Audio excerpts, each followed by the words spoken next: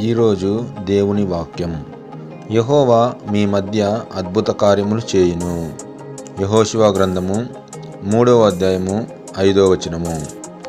దేవుడు మన జీవితంలో ఈరోజే అద్భుతాలు చేయాలనుకుంటున్నారా?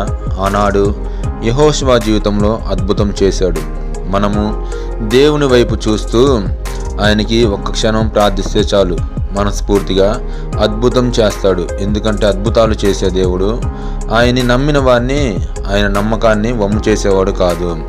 నమ్ముట నీ వలనైతే నమ్మవానికి సమస్తమును సాధ్యమని సెలవిచ్చాడు దేవుడు. ఆయన నమ్ముతున్నావా? ఈరోజు విశ్వసించు, మీ జీవితంలో అద్భుతం జరుగునుగా. కానీ దేవునికి ప్రార్థించు, ఖచ్చితంగా జరిగిస్తాడు.